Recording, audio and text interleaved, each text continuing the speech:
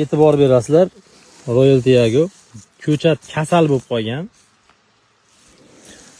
Sizlarga doim aytilyapti do'stlar, agrotexnika bo'yicha pastdagi nomerlarga aloqaga chiqsalaring, xuddi mana shu holatni oldini olasizlar. Bog' maydonida xuddi shunaqa ko'rinishdagi holat ko'payib ketganligi sababli chaqirilgan. Aslida bu mana bunday holatda bo'lishi kerak. Barglari juda ham sog'lom. Meva holati mana yetilishi standart bo'yicha yetilyapti. Mana e'tibor berasizlar.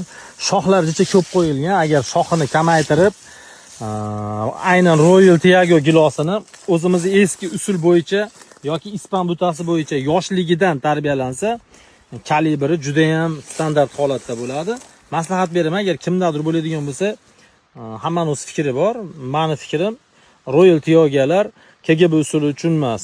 Royal Tiagolar ispan butasi uchun yaxshi ishlaydi, lekin mevali shoxlar sonini maksimum 8 tagacha ushlash kerak, undan oshiq ushlamaslik kerak. Undan oshiq ushalsa, kalibrda sifati pastlab boradi.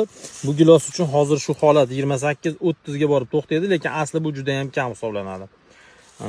Mehnatlarga bitta like bosamiz, podpisatsiya tugmasini ezib qo'ying. Keyingi videoda sizga kerakli ma'lumot chiqib qolishi mumkin bo'ladi.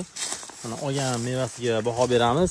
O'zini-o'zi changlatadigan barcha navlarni ispan butasiga olib o'tishlaringni maslahat beraman. Katta qilmasdan turib, agar u 6 yosh, 7 yoshga kirib qolsa, u juda ham ko'p hosil olishning hisobiga mevani kalibri mayda bo'lib qolishi mumkin. Bizni kuzatishda davom etasizlar do'stlar. Bog'da umumiy holatni olib ko'rsating. Sog' salomat bo'lasizlar.